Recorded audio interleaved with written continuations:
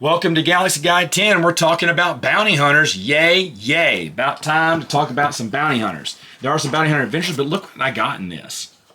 It's like a plastic little, I don't know, Pepsi thing. Join the celebration back on the screen. I don't know. I just saw this in here. I don't know if I always had it, but it got delivered with this book by accident.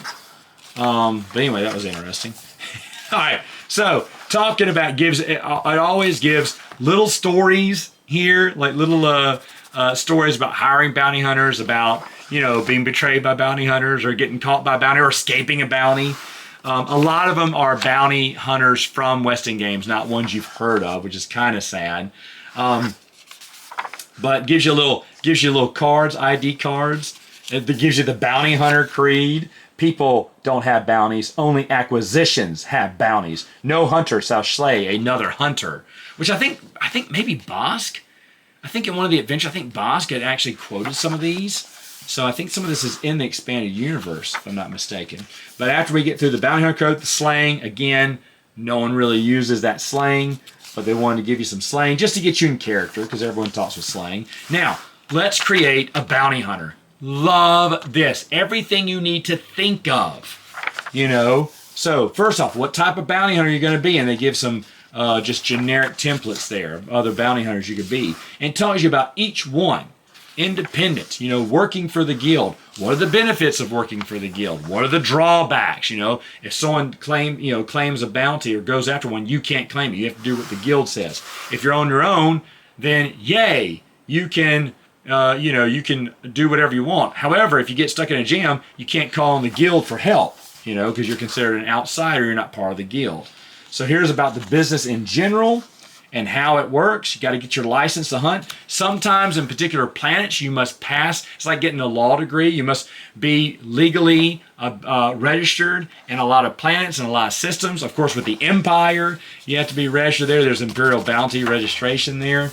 And then they give you some wanted posters, wanted dead or alive, just some ideas, hooks of people that you can go after in different adventures, and you can make up your own character here, of course. Then it's talking about bounties, what type of bounties, what could be their transgression, what's against the law there, certain things that are okay. It's okay to kill on certain planets, while others it's not. So you can't arrest on a planet where it's legal because they say, well, he didn't do anything wrong in our opinion. So you got to watch out who you arrest and where you arrest them, which again is things that I just never thought about. I never thought about until reading this. But anyway, here's a story about a guy who saw Boba Fett kill someone. So, lived to talk about it, giving a story about Boba Fett. And this one is very similar to Bosk, because he has a thermal detonator, but the guy wants 50,000 for the bounty. Boba wants 100. He goes, no way. So Boba brings out a thermal detonator. And then he goes, 150. And the guy's like, you can't do that. You'll kill us all. He went, 200. I mean, the price just keeps going up until the guy agrees. I don't think that's Boba Fett's shtick there. I think he's going to honor the bounty no matter what. Now, maybe there's some underlying reason he asked for more money.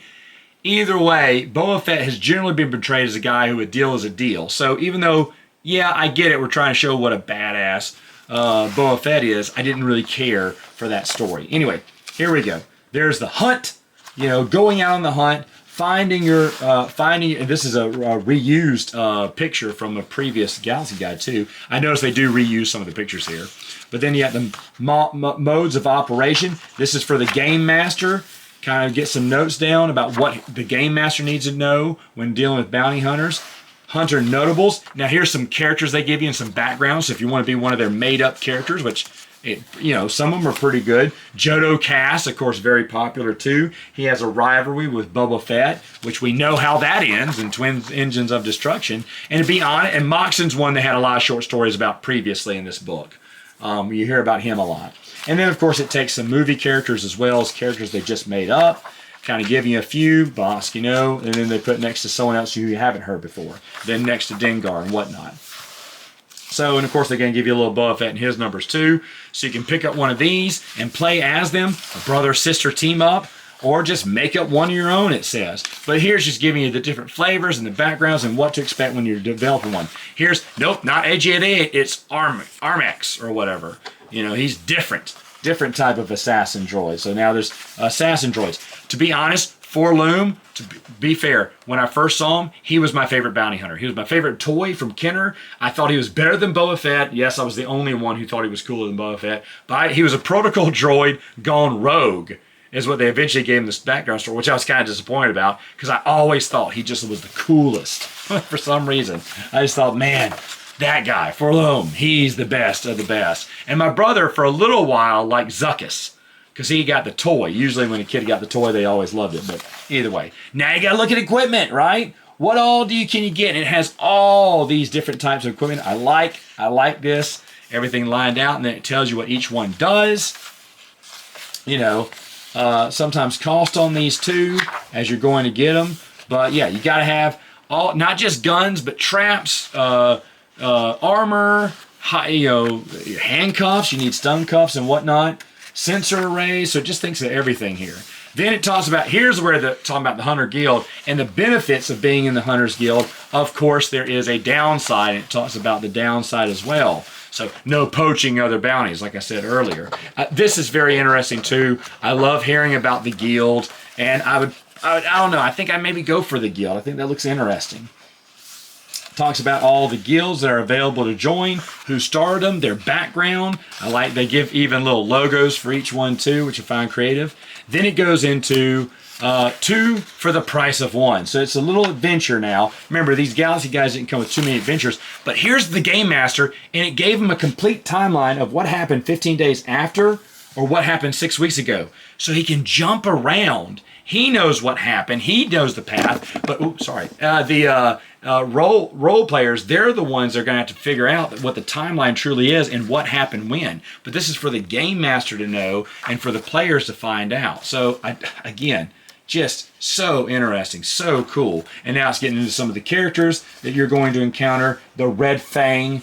Love the names for some of these vehicles. I used to name my first couple of, me and my roommates named our vehicles after the ships from Bounty Hunters, Tales from Bounty Hunters. My first one was called the Hunter's Miss. My second one was the Hound's Tooth.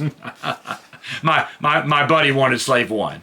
He was insistent upon getting Slave 1 for his truck. And I think we made my other roommate who didn't care, we gave him the IG-2000 because no one wanted to be called that lame name for a ship. But anyway, and then I was Red 5. I even know what type of cars these were too. So you name your car after bounty hunters like me, then you're cool.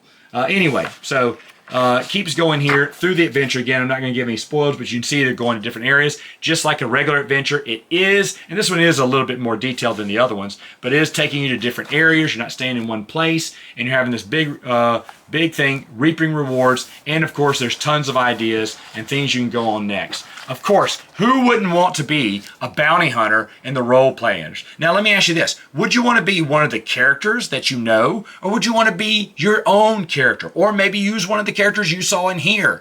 And if you've played the role-playing game, have you been a bounty hunter before? I really want to know that. Let me know in the comments below, and I'll see you next time.